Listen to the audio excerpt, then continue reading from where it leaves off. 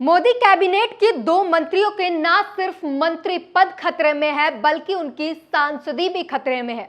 और कांग्रेस ने आखिरकार वो चाल चल ही दिया जिससे न सिर्फ सरकार गिरेगी बल्कि मोदी की बड़ी फजीहत होगी। और अगर फजीहत की बात करें तो भाजपा नेताओं ने मोदी की बड़ी फजीहत पहले ही कर दी है।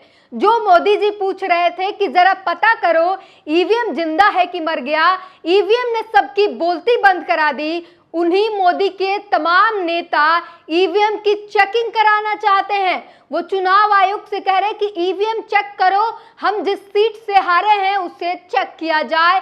ये सबसे बड़ी खबर है। किस मुंह से अब नरेंद्र मोदी कहेंगे कि ईवीएम हैक नहीं होता, क्योंकि उन्हीं के नेता ईवीएम चेक करवा रहे हैं और उसके लिए आवेदन दिए गए हैं। नमस्कार, मैं ब्यूटी गिरी और आप देख रहे हैं नेशनल दस्तक। जी हां, आज की सबसे बड़ी खबर है चुनाव आयोग किस तरीके से एक तरफा होकर काम कर रहा था, किस तरीके से चुनाव आयोग ने तमाम पूरे चुनाव में हमने देखा क्या कुछ उसने अपनी निष्पक्षता जो रही चुनाव आयोग की वो सब ने देखा। तमाम लोकसभा क्षेत्रों में तमाम लोकसभा पोलिंग बूथ हो या स्ट्रांग रूम हो, वहां पर किस तरीके की धांधली नजर आई वो सब देखा।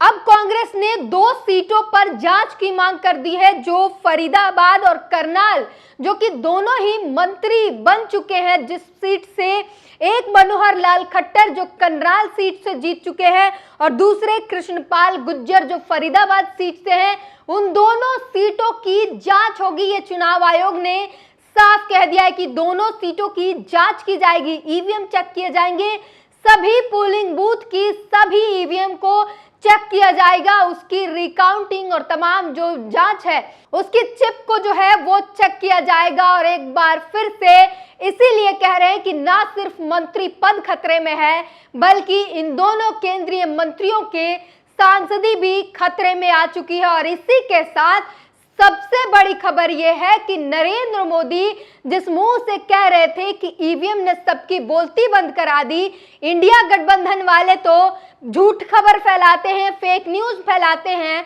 उसी फेक न्यूज में भाजपा नेता पड़ गए हैं। ये ईवीएम चेक कराने की 3 सीटों से, लोकसभा सीटों से जो अपील दायर की गई है, जो याचिका डाली गई है, ये 3 लोकसभा सीटों पर वो ना किसी तमाम जो वो वकील थे जो सड़कों पर ईवीएम के खिलाफ लड़ रहे थे, ना उन्होंने किया है, ना कांग्रेस की किसी नेता ने किया है। ये अपील करने वाले भाजपा के नेता हैं जो चाहते हैं कि जहां से वो हार गए हैं और इंडिया गठबंधन के प्रत्याशी जीत गए हैं, उन सभी ईवीएम की उन सीटों पर जांच की जाए। ये सबसे बड़ी खबर है और इसीलिए कह रहे हैं भाजपा नेताओं ने मोदी की बड़ी फजीहत कर दी है। और ये बातें सिर्फ हवा हवाई नहीं है, इसके सबूत है। जागरण ने लिखा है 8 लोकसभा सीटों के 92 पोलिंग बूथों पर होगी ईवीएम की जांच, चुनाव आयोग ने इस वजह से जारी किए आदेश। अब इसमें जरा ध्यान से सुनिए।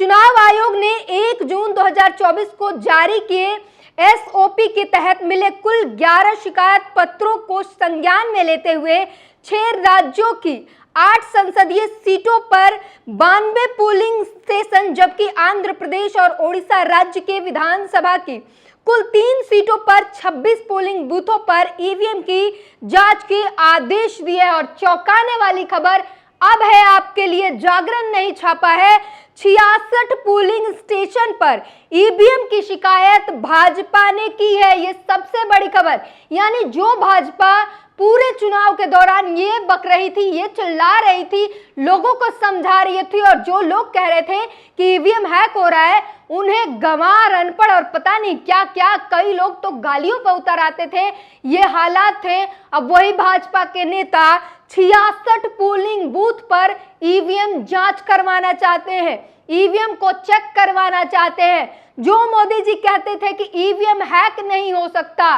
बीच चुनाव में चुनाव आयोग को कोर्ट तक घसीटा गया, देश इसके लिए माफ नहीं करेगा, अब भाजपा को कैसे माफ करेगा। भाजपा नेता ईवीएम चेक करवाना चाहते हैं। सुनिए, तेलंगाना, तमिलनाडु और महाराष्ट्र के 3 लोकसभा सीटों के 66 पोलिंग स्टेशन पर ईवीएम की शिकायत भाजपा ने की है।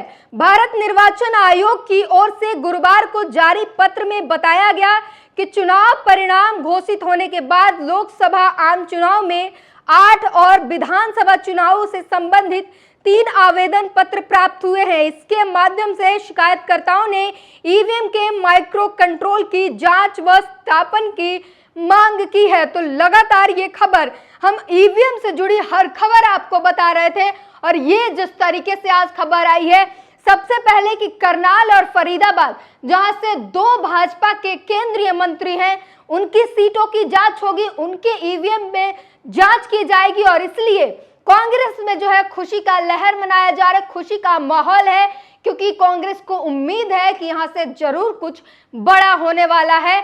और इसी के तहत सरकार जिस तरीके से लगातार विपक्षी नेता कह रहे हैं कि तमाम उन सीटों की अगर अच्छे से जांच कर दी जाए तो ये सरकार गिर जाएगी और इसमें 2 सीट फरीदाबाद और करनाल, जहां से उनके केंद्रीय मंत्री हैं, उन सीटों की जांच की जाएगी। वोटिंग मशीनों में गड़बड़ी, चुनाव आयोग का बड़ा फैसला, जांच करने के लिए मांग कर दी है। आज तक ने छापा है, लोकसभा चुनाव के नतीजों के ऐलान के बाद ईवीएम में गड़बड़ी शिकायतों को लेकर चुनाव आयोग को 8 याचिकाएं मिली है। ये याचिकाएं बीजेपी से लेकर कांग्रेस तक ने दायर की है। देखिए, कांग्रेस ही सिर्फ नहीं है, इसमें भाजपा भी है, जो भाजपा लगातार ईवीएम हैक नहीं हो सकती इसके एजेंडे चलाए थे। महाराष्ट्र के अहमदनगर से बीजेपी के उम्मीदवार सुजय विखे पाटिल ने 40 मतदान केंद्रों पर ईवीएम मशीनों की वेरिफिकेशन की मांग की है। दरअसल विखे पाटिल इस सीट से एनसीपी शरद पवार के गुट के नीलेश लंके से हार गए हैं और हार के बाद भाजपा नेता चाहते हैं कि उनकी जो सीट थी, उनकी 40 पोलिंग बूथों पर ईवीएम की जांच की जाए।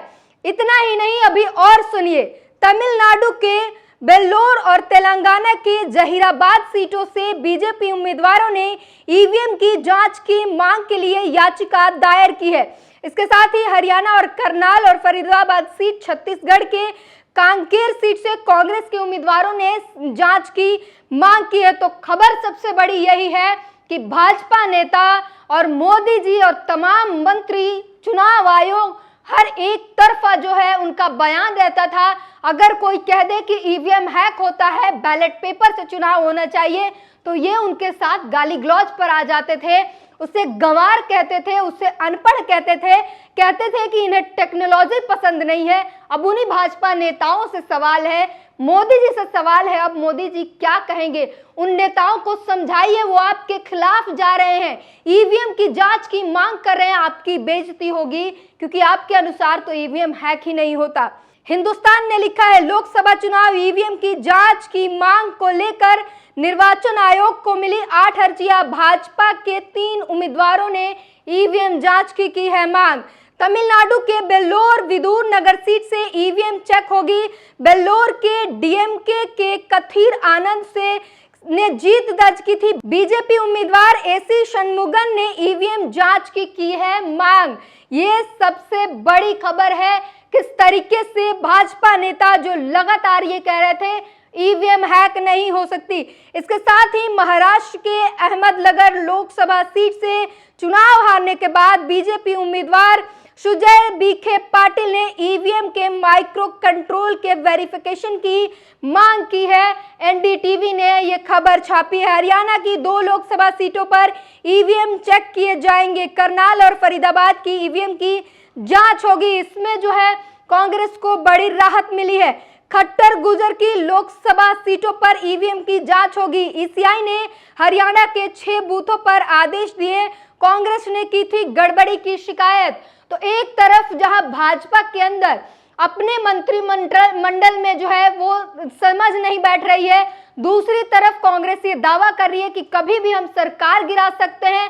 संजय राउत कहते हैं कि हम सदन में अपना बहुमत पेश करेंगे और दूसरी तरफ इधर मंत्रियों के लोकसभा सीटों पर ईवीएम चेक किए जाएंगे। और उससे भी बड़ी खबर कि भाजपा के नेता चाहते हैं कि उनकी पोलिंग बूथ, उनकी सीटों से ईवीएम चेक किया जाए।